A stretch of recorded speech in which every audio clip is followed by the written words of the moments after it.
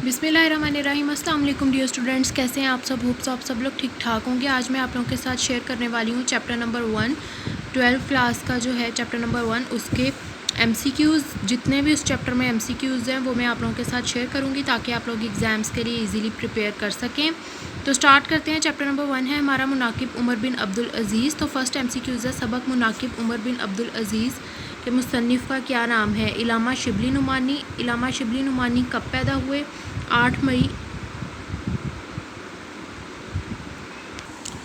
इलामा शिबली नुमानी कब फौत हुए? 1914। मुनाकिब उमर बिन अब्दुल अज़ीज़ मुसन्निफ़ की किस तसनीफ़ से माखूज़ है?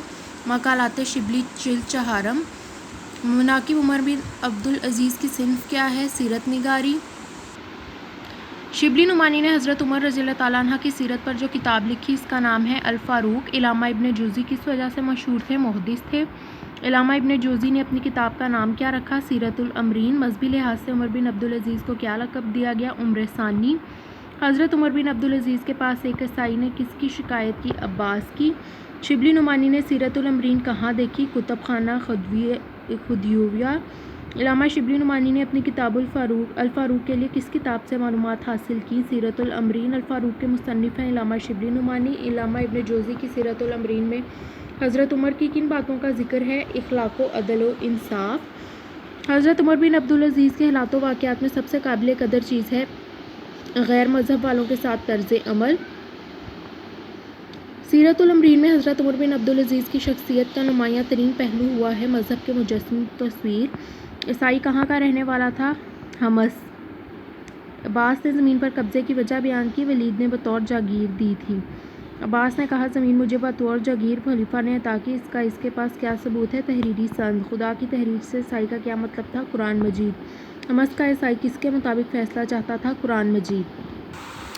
ख़ानदान बनी उमैया का दस्तोबाज़ था मुस्लिमा बिन अब्दुल मलिक। उमर बिन अब्दुल अज़ीज़ ने ज़मीन का फ़ैसला किसके हक़ में दिया? ईसाई के हक़ में। इलामा शिबली नुमानी ने उमर बिन अब्दुल अज़ीज़ के किस कारनामे को काबिल कदर कहा? बनु उमैया की नाजायज़ कार्रवाइयों को मिटाना। इलामा शिबली नुमानी ने सलातीन बनी उमैया की किस नाजायज़ कार्रवाई का जिक्र किया? उन्होंने मुल्क की अक्सर ज़मीन अपने ख़ानदान के अफराद को दे दी थी। इलामा शिबली नुमानी ने सलातीन तैमूरिया के ज़माने में क्या निज़ाम राइज था? बड़े बड़े सूबे शहज़ादों को जागीर में दे दिए जाते थे। उसके बाद जी जो इम्पोर्टेंट MCQs है वो यहाँ पे है उमर बिन अब्दुल अज़ीज़ की फूफी का नाम उम्मे उमर। उमर बिन अब्दुल अज़ीज़ के ख़ानदान ने किसको इनके पास सफ़ीर बनाकर भेजा? उम्मे उमर को, क्योंकि वो उन्हें बहुत अजीज़ थी। इसके बाद आप लोग ये देखते रहें।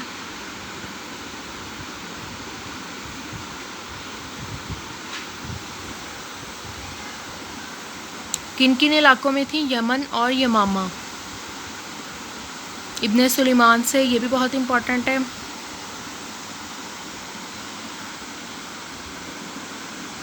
ये जितने भी नेम्स हैं ये बहुत इम्पोर्टेंट हैं, ये किसी भी तरह से आ सकते हैं। और ये जो नंबर्स वाले MCQs हैं ये भी बहुत इम्पोर्टेंट है। अपने मकबरे के लिए उमर बिन अब्दुल अज़ीज़ ने कितने दिनार की में ज़मीन ख़रीदी? 30 दिनार में।